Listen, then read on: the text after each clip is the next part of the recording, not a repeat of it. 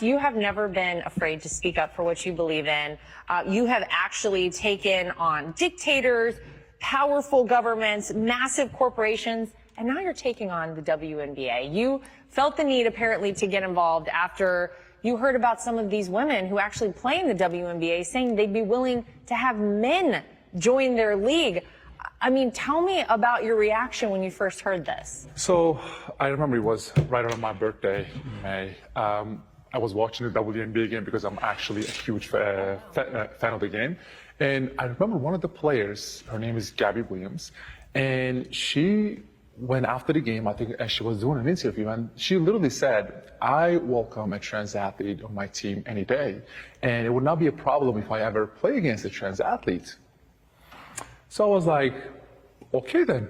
If all the coaches, if all the players and all the, the league itself is cheering for it, so then I'm like, you know what? That gave me the brightest idea.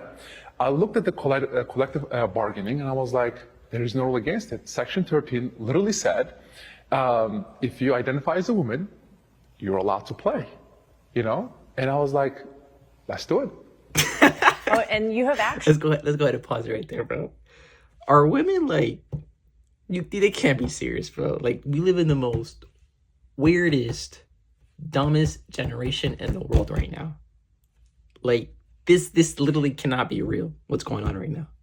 Shout out to Ian, though. Let's continue the video. Declared for the 2027 WNBA draft. So were you actually ready to get out there on the court? Would you be physically going out there, or was the idea to kind of draw attention to this and really have them answer a question that is basic and should be very basic and asked, which is, what is a woman?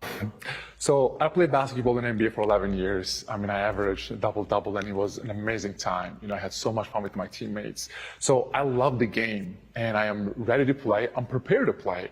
So I know I'm 34 years old, and I think I will be the best draft pick in WNBA history, literally. Facts. We know that there have been meetings between kind of the legal authorities, some of the owners of the teams, to talk about this. What do you think should happen here? So there's other major sports league obviously closed that loophole. They added like a biological, female or born female in their collective bargaining. But when I looked at them at WNBA, they didn't have any kind of, reference that says biological or anything like that. So I was like, and all the coaches, I was watching this game, and I believe the coach of the Minnesota, right, came out with that trans kids belong. So I was like, if there's no rule against this, if all the coaches are okay with it, think about how much money I can bring. Think about all the endorsement deals. Well, it's interesting because they have some star athletes who have garnered a lot of attention, who you would think they would probably lean into.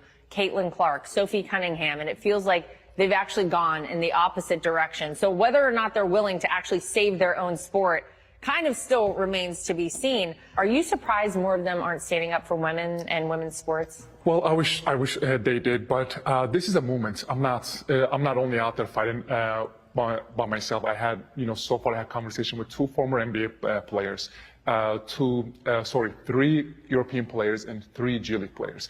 They have no idea. The WNBA had no idea what they are about to face. They're still trying to figure out what a woman is. So let's see if they can figure that out. So let's see what kind of rules that they're going to come up with. You are no stranger to standing up and speaking up whenever you feel like your beliefs are challenged. You have called out human rights atrocities for many years. You've been a voice for the voiceless in Turkey, in China, in Russia, Iran, North Korea, Venezuela, the Middle East. Most people in your position would stay away from anything controversial, but you have actually leaned into it, which is interesting. Well, I feel like God gave me this huge platform, and I'm trying to use this platform to be the voice of all those innocent people out there who don't have a voice. I mean, that was my goal. So this is literally God's work. There actually has been a very high cost to you for this. I mean, you have been kind of cut off from your family, right? You have faced arrest warrants, death threats. You have probably given up millions of dollars for directly going after the NBA. Do you look back at all of these things and say it's worth it? Well, freedom is not free, and it comes with a sacrifice. I mean, I haven't seen my family almost 14 years now. And because of, I wanted to stand up for all the, human rights abuse happening in China.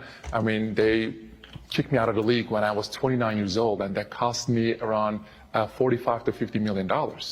Are you prepared for what may happen based on the fact that now you have gone after the WNBA? Because I'm sure there's probably people coming for you now too.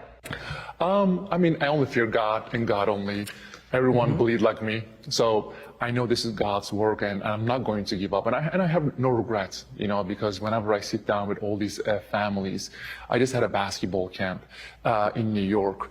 And I remember all the families were coming up to me and saying, thank you. We would like to thank you for what you're doing for our daughter. We are having these basketball camps. And after the basketball camps, we are all sitting down on the basketball court, and we're talking about why freedom is so important and so fragile, why we should care about our rights in America, why we should care about democracy. And it's been amazing because now all these kids obviously asking me questions about so many things, because unfortunately, many of them is being brainwashed by many apps out there, like a TikTok or many other apps out there. But I think once we sit down and have these conversations, they appreciate America more. They appreciate this country more, just like my teammates. I remember one time I walked into locker room, and all my teammates were criticizing America. They were saying, oh my God, America is so trash. America is horrible. I walk in the locker room, I'm like, guys, our season is about to be over. Whenever our season over, I'm gonna buy you a first class ticket.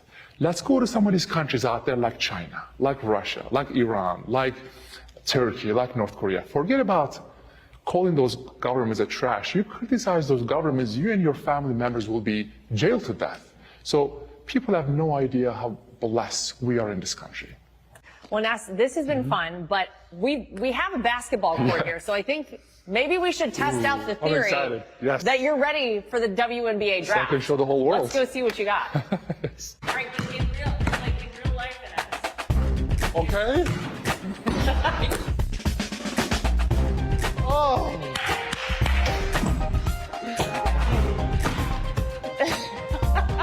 If you're struggling with depression and not feeling the comfort and peace that you need, I invite you to meet with missionaries like me from the Church of Jesus Christ of Latter-day Saints.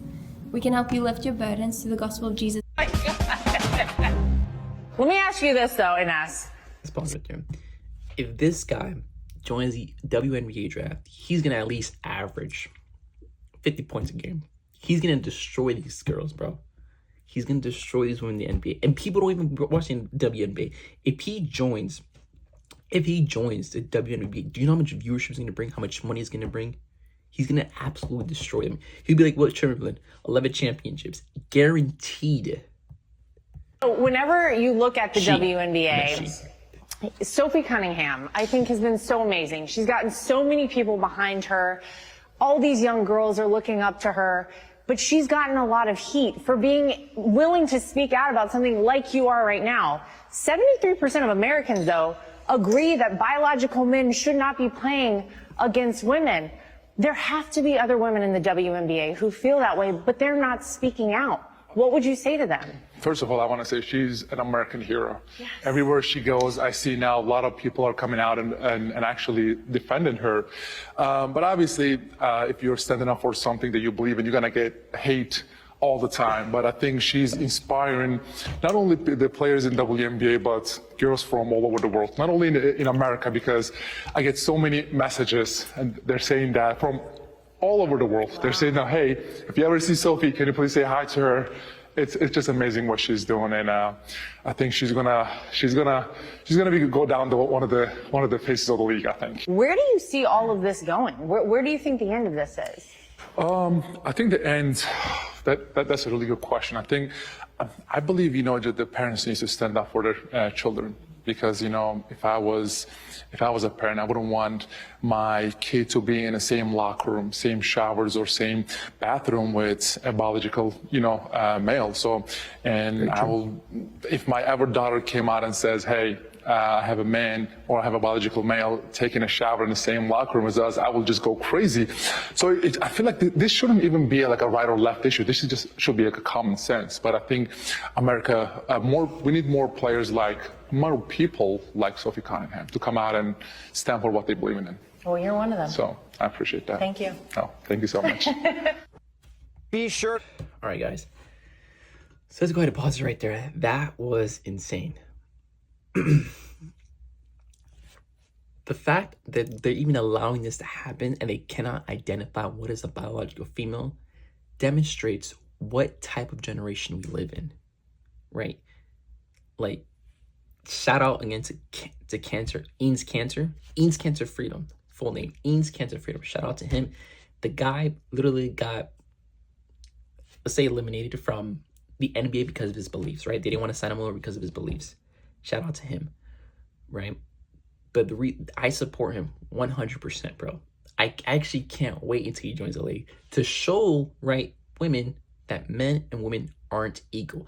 Again, I can't wait until she joins the league. All right, guys, that is the end of the video. Make sure to like and subscribe and follow for more. Ivan out.